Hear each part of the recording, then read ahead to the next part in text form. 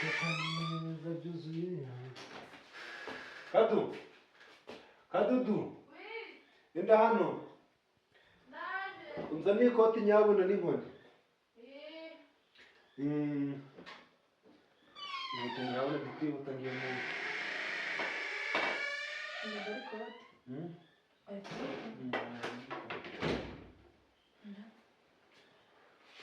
Bimeze bite?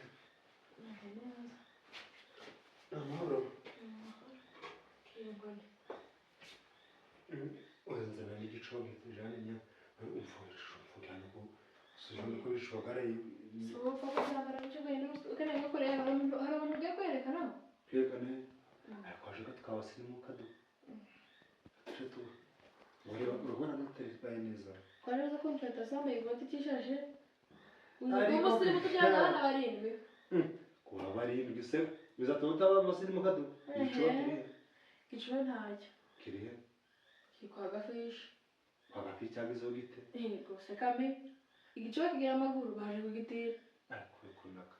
ndakarubiza akirinkane wavuga udatonda karavuye kwita ago utayimubita zana umwe buri gicuba cyagize kwa kamiri bambe kwa gafish baje kugitira ubwo gafish arifataza gutira aje mu ndigicu umugore ko ndakaciye tamame kandi uramuguru utaheze nk'ibyanzu utateka amatara kuba mubi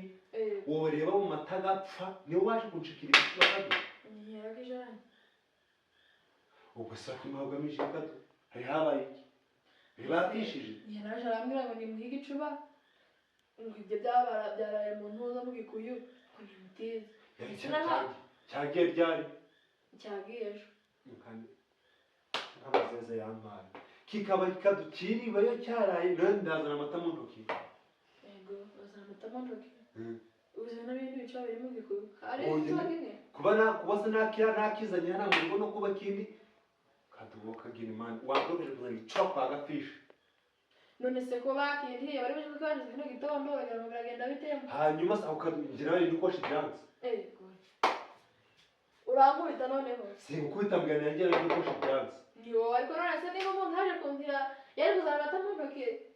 hanyuma se ninjugurira abantu bo muri rusisiro bose ibyanse cyose ikibazo mwabavandimwe ubwo ntije cyanse bibaye ikibazo ubwo nitanga ibiryo uzabitawe n'ushaka uzatange n'umurimo ntibakuje ibiraje bundi utanga usuri ushaka utanga umufuka ariko kubyanze byanjisha ugasopa ibyansi ibyansi uramyaga w'umugore nyamara nakizana nakura ukindi umujyane uranza n'igicu tukumvikana uri kunyura mu ngo numvishije ubwo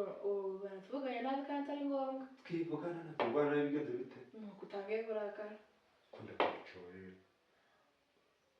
gafishe se umugore asaza kumvira ico kwasigama nyene inzu yanje imeze bite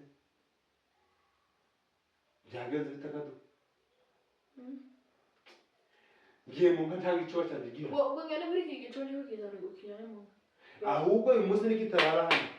ngene gikurikiye nyine nkeke wanyura hasi